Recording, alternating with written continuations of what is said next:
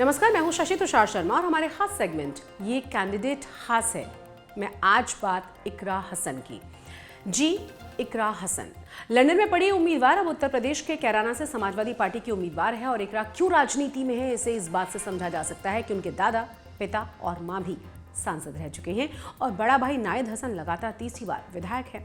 इकरा के पिता मुनव्वर हसन लोकसभा, राज्यसभा, विधानसभा और विधान परिषद चारों ही सदनों के सदस्य रह चुके हैं। इसके लिए उनका नाम गिनीज वर्ल्ड रिकॉर्ड में भी दर्ज किया गया था।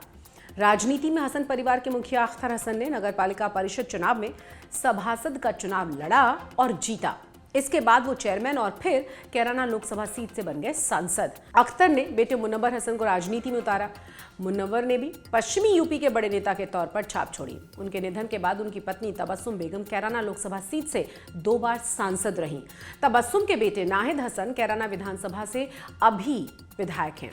इकरा हसन लोकसभा प्रत्याशी बनने वाली अपने परिवार की दूसरी महिला सदस्य हैं। 27 साल की इकरा की शुरुआती शिक्षा कैराना में हुई। उन्होंने दिल्ली के क्वींस मैरी स्कूल से 12वीं करने के बाद लेडी श्रीराम कॉलेज से ग्रेजुएशन किया। दिल्ली विश्वविद्यालय से LLB की डिग्री लेने के बाद वो लंदन चली गई। वहां लंदन यूनिवर्सिटी से इंटरनेशनल लॉ एंड पॉलिटिक्स में पोस्ट ग्रेजुएशन किया। लंदन में पढ़ाई के दौरान उन्होंने CAA के विरोध में प्रदर्शन किया था। इसके बाद वो आ गई थी सुर्खियों में। इकरा पढ़ाई पूरी करके 2021 में स्वदेश लौट आई और सोशल मीडिया पर बड़ी सक्रिय रहीं। इससे पहले इकरा ने 2016 में जिला पंचायत सदस्य का चुनाव लड़ा, लेकिन 5000 वोटों से वो हार गई थी।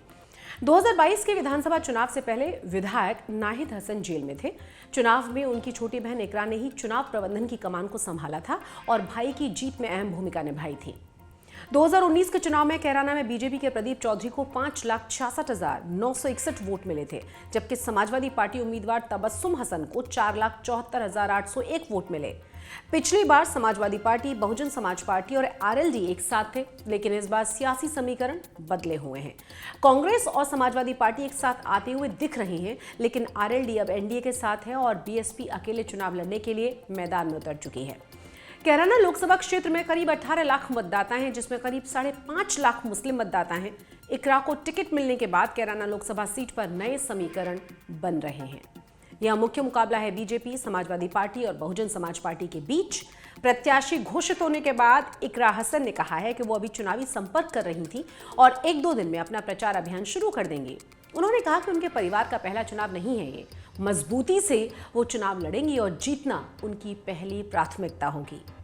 इस सेगमेंट में फिलहाल इतना ही। अगर आपने अभी तक चुनाव आज तक को सब्सक्राइब नहीं किया है तो इसे सब्सक्राइब जरूर कर दीजिए। नमस्कार।